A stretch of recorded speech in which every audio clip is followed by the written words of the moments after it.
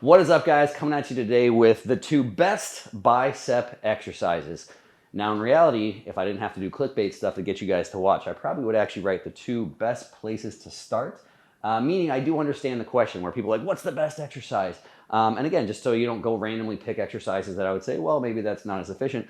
These are going to be two ones that I would say are hard to argue not to include in your programming. But all that being said, I'm going to have a little bit of a discussion with you guys, hopefully help you develop some more of a nuanced approach to your training and give you some alternatives where it's okay, well, if I don't have this, am I still going to be okay? Or if, someone else has gotten big biceps doing a different one, why might that still work? So I'm going to give you some great places to start in your arm day, and I'm also going to help you guys hopefully think. And look at this guy's biceps. I got a social media these for you. There we go. Not photoshopped. Haters will say photoshopped. This is what they're going to look like after I watch this video. That looks good, right? All right, so moving on. Where are we starting? So we're going to go through some of my main principles that I like to use for exercise selection. So spoiler alert, single arm dumbbell preacher curl. Thank you, John, for demoing this for me. So why would I start here? Well, what are some of the things that I look at as parameters to kind of put through every exercise, the filter to put every exercise through, right? So again, if I have consistent parameters and principles that should apply to all exercises, I should be able to talk through that with every single exercise and say, why is this one of my favorite places to start? So I have this video at this angle first because number one is alignment. So why would I say single arm? Because if we look at where the line of force is, so the dumbbell's here, it's pulling straight down. The elbow is a hinge joint. So really what I'm looking at is having that load or that line of force going right through what I would argue the hinge joint is designed for. So meaning I wouldn't want my arms like this and trying to have the hinge joint this way with a line of force going through that way. So someone would say, why not both arms at the same time? Well, as you can see, not a guy like me, but a guy like John is rather large. And ultimately what ends up happening is if he goes in both arms at the same time, they're going to flare out a little bit like that, and you're going to have that line of force going through that elbow joint, arguably not in the best way for it to go through. Now, if he does that, does that mean his elbows are going to explode tomorrow? No, but from practical application and experience, over time that does tend to lead to some elbow issues. So single arm, because every single person can make this line up very, very well. Aside from being a little bit friendlier on the elbow joint, I'd argue it's actually going to get that force right to your bicep better as well too. So that's why I say single arm. That being said, if you're not as huge, you're more like me size, even me is a little bit tough, and you can jam your upper arms in so they're pointed straight up and down. You can do them both at the same time, and I'd argue that's a pretty good way to go about it as well too, just because it's more time efficient. So what are some of the other reasons? My other things that I talk about often are bracing and profile. So bracing means how hard do you have something to push into that won't move, that allows force that you're using to basically be unlimited, right? So as hard as this weight is pulling his whole arm this way, so when this weight is pulling straight down in this position, not only is it affecting the elbow, but it's affecting the shoulder joint. It basically makes the whole arm want to go this way. Well, why doesn't the arm swing that way? The arm is being pushed that way because of the bicep or because of the weight in his hand. And the bench is pushing back with equal force as long as the bench doesn't break. So compared to something where you don't have something to push back into, this is going to be way less challenge on the shoulder joints to keep that upper arm nice and still. And really what does bracing allow? Again, bracing allows you to use very heavy loads and have it all go where you want and not have to go to other muscles and other joints that you're not trying to train to manage. So that's really where I go with bracing. And then lastly, profiles. So when I talk about this profile thing, I'll kind of try and map this for you. But if I go through here, and we do this line of force. When we're talking profiles, we're talking joint torque. So you don't have to nerd with me too much, but I'm gonna go kind of fast on this. Torque is determined by load and moment arm, which is basically that horizontal distance when we're using gravity from that line of force to the joint. So if here's the joint, this is the moment arm. So that's the amount of joint torque we have in the bottom position. As we go up a little bit higher, let's see if I can do this. As we go up a little bit higher, this is where joint torque peaks. So this is the line of force here. We're going to do that. So that's basically a larger moment arm. So if we're looking between those two at the bottom near that Lincoln position, it is relatively high. It peaks right about in this position. And as we come all the way up to the top, what do we have there? The camera moved a little bit, but you get the idea. Line of force. So it's actually pretty similar to the start position where he's finishing right there. So there is the line of force, the moment arm. That's a whole mess at that point in time. But basically, what does that look like as we go through here? So if we're actually plotting that on a graph, when people talk about curves of an exercise, strength curve, strength profile, if this is the concentric moving this way, so we're starting from the bottom of the eccentric here on the graph to the top, how does that start? So right from the bottom position, there's pretty good joint torque. It peaks in the middle and then drops right back down to the finish. So at no point in time is torque zero through that entire range of motion. It is heavy in the lengthened position, heaviest in that mid-range, and drops off as you come to the shorten. And if we really look where we're going through here, he actually has more range of motion. He could take the bicep up to here if he brought his upper arm. So we're really biasing through that lengthened and that mid-range. It's really not a short and length exercise. And so aside from anecdotally, I think the best mass building exercises of all time have been ones that overload the mid and lengthen range. And now from an evidence standpoint, the whole science-based community, there's a lot of peer-reviewed research coming out that seems at least in favor of biasing towards that lengthen range. Some people might say the lengthen range is the most important, do partial stay in just that position. I don't think that's the case, but I do think you can make a very strong case for exercises that load or challenge, and again, we're talking a joint torque standpoint, the more mid and lengthen range. And that's what we get exactly with this exercise. Hopefully that's pretty clear, starting from a lengthened-ish range, moving almost not even quite to the fully shortened. So really this range of motion here, this chunk that we have here, that is from lengthened to mid-range, and we have basically peak torque kind of right in the middle of it. So it's a great exercise from a joint standpoint. It's a great exercise that you can load the crap out of it and not have to stabilize other stuff, and arguably it challenges the range of motion where muscles can grow the most.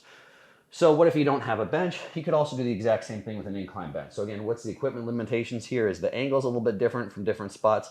So if you want an angle like that, and you don't have this exact angle on a preacher bench, you could put stuff under one side to make it a little bit steeper, or you could go on an incline bench, put your arm over. Or what would be the downside of doing a traditional curl? So if someone's doing basically a standing dumbbell or standing barbell curl, the only difference is, imagine if the upper arm is here. So this is the upper arm, this is the elbow joint, this is the lower arm, this is the dumbbell. What happens in this bottom position, this lengthened position? And what happens as we come through the mid-range here? So the same thing. From the bottom position, if we do the line of force from the dumbbell right here, that line of force passes right through the elbow joint. So with a traditional, what they call the best mass builder, just standing dumbbell curl, there's no challenge in that lengthened position, and the challenge is going to peak right through this mid-range. So again, that's why, if we look there's the line of force, this would be what we would see with just a standing curl. Still can be good exercises, because I think loading that mid-range is also a great place to challenge the muscle and be good stimulus for growth.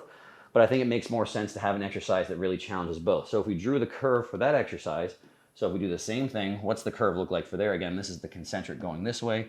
This is the start of the concentric out of the bottom. It really starts at zero. So joint torque looks like this. It peaks towards the middle, and then we're going to have the same type of thing happen. It starts to drop off at the end. But if we're really standing, we finish the same spot where John is. Basically, at all points in time, it's going to be less here. It's going to be highest more in the mid-range.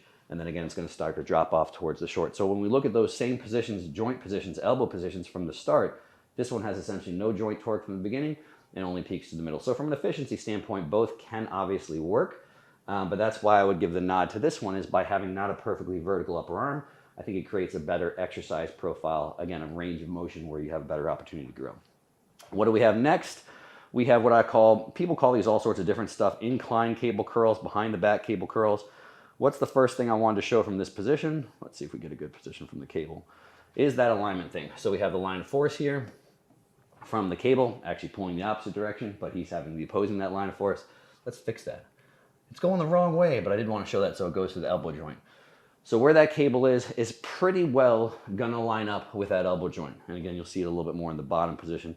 I wanted to show you where the cable was, but it's a little bit tougher to see. But really in that bottom position, that cable is pulling this way and lining up nicely through the elbow joint. So with some other incline variations, depending on where you have the cable or if you're using a dumbbell, sometimes for some people it can be a little bit tougher to line up. Again, imagine you're on an incline bench and you have, this is just where John's arms basically go. If he's trying to pull them at the side, they kind of stick out. So if you lie down on an incline bench with dumbbells, you're basically gonna have that thing happening where, again, if he was on a bench right now with dumbbells, the line of force is gonna be straight down. And so again, that line of force to the elbow joint, that's not that perpendicular thing that ideally we want that we see over here. So again, if we have it, that again, elbow being a hinge joint, what we're really looking for is a line of force going straight perpendicular through that. Again, arguing from a health and elbow health standpoint. So I just wanted to show the front view on this incline variation. So that's one, why do I like this one with cables as opposed to doing with dumbbells? Now again, dumbbells can work. And if you're more narrow and you can sit back on an incline bench like this, they can still also work. There's one other issue with that one as well too. But why do we want this kind of incline behind the back motion anyway? Well, if we really want to train the biceps fully stretched, the biceps cross over the shoulder joint. So if I have the arm in front of me like this, like when I'm doing a preacher curl, it's never going to be a fully lengthened bicep. So for it to be fully lengthened, not only do I have to have an extended elbow, but I have to have some degree of shoulder extension as well too behind me. So we can see hopefully that he's got both here. So the elbow is straight. We're training a different length because the shoulder is pulled behind him as well too. And now we're going to look at that profile thing again. So if we have the line of force pulling this way, what else do we get from this exercise? So here's the elbow joint. We're going to do that line of force, a 90-degree angle. So there's that moment arm thing again. So as long as we have load times a moment arm, we have joint torque. Now again, if he was lying on a bench, so imagine this is him. I'll come to this side. This is him lying straight down here. He's holding a dumbbell, lying back on an incline bench, even if he's producing the same body position. So here's his body up here. Here's him frowning because he's doing an inferior exercise. I'm joking, it's not inferior. I mean, I guess it kind of is. But so here's him in the exact same body positions, but we just changed the implement that he's using at this point in time. So he's lied back. Again, imagine he's on an incline bench here. That dumbbell's pulling straight down. What's the line of force from that dumbbell? The line of force is here, and that line of force passes straight through the elbow joint. So there's no moment arm there. At the bottom position, there's no joint torque at that position either. So that's why I say we gain this in this position, because we can adjust where the cable is, and we can see the cable pulling this way. That line of force doesn't pass right through the elbow joint, so there is a moment arm, so there is joint torque and challenge in that position. Let's clear this mess off. So what does that look like from a profile standpoint again? So as he comes up, peak joint torque is probably right about there. So again, what is peak? Oops. So peak joint torque is going to be where we have about a 90-degree angle. So that's pretty darn close. So again, it's still biased big time towards the lengthened position. And again, what are we trying to bias if we're trying to grow muscle? We want to challenge the mid to lengthen ranges. And as he comes up more to the shortened position, what happens here? The line of force goes there. The elbow position's here. The moment arm basically gets cut in half. So what do we have as a result of those three different ones? So mid, and then again, let's go to that bottom again. So what do we have from lengthen? So it almost looks like the exact same one. So we really have a great bell curve again. So what does that look like? Let's actually clear this mess off. So what do those 3 points plotted look like? So again, if this is the concentric going this way, this is the start point of the concentric. What did we see? That moment arm is right about here. As we go towards that midpoint, it basically doubles. So if we were looking at the height here, we would have that height is almost double. That's not quite perfect to scale. And as we come to the shortened position, it drops back off. And because the arm is extended behind at this position, or this position the whole time that we're curling, the bicep's actually not going to get anywhere really near shortened at all. It would have to be full elbow flexion, forearm smash of the bicep, and up here somewhere as well too. So again, we've got great alignment. We've got a range of motion that's really challenging this time, different from the preacher curl through the fully lengthened, not just towards the lengthened. And it challenges that with load right through, again, that lengthened and mid-range. What's the last piece here is there is a bracing component. So the only downside for this for some people is they feel a little bit more challenge on the shoulder joint. If you actually do this for the most part and where you have the cable set up where it's not quite a perfectly 90-degree angle, it's really not too challenging. You just kind of go to the end range of your shoulder range of motion, stop there, and most people don't complain a whole lot about bracing. Now, you could always just do a different variation of this.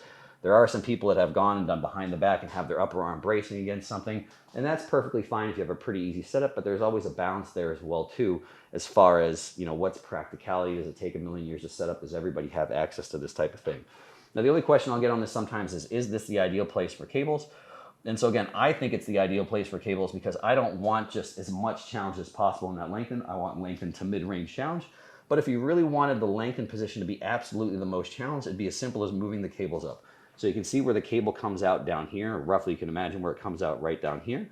And so what happened if we wanted this more like this is the most challenge, we want the longest moment arm here, we would basically just want to have the line of force going this direction. Well, the arrow would be pointing that way. So what would that look like from an exercise standpoint? Just move the cable pulleys up here. There's the cable pulleys. Cable's coming out there. And what do we get in that point in time from a moment arm standpoint? We get this type of look.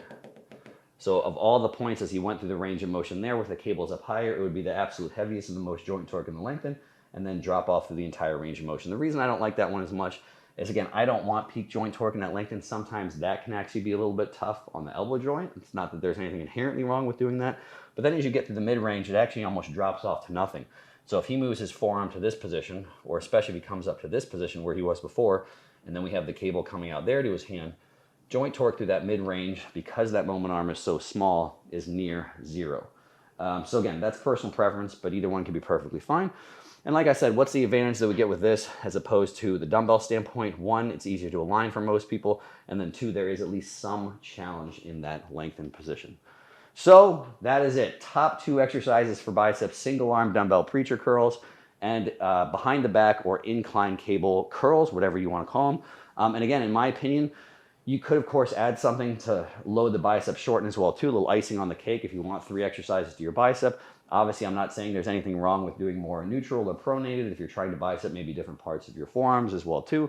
But from a pure bicep standpoint, these would be 2 mainstays that I pretty much have in almost every single program that, that has anyone that's training their arms, especially those that are bringing them up. And these can obviously program great. In an arm day, you can put them both the same. If you have 2 arm days or you're doing more of like a push, pull lower, maybe you have a pull A and a pull B, you could rotate one or the other on, each day. But those would be, again, 2 mainstays that I have in at any point in time. So hopefully you found that helpful. If you have any more questions or any more exercises you want me to break down, leave me some comments in the comment section down below. And don't forget to do the YouTube thing. Like, subscribe, share, all that good stuff. Hope you guys enjoyed this one.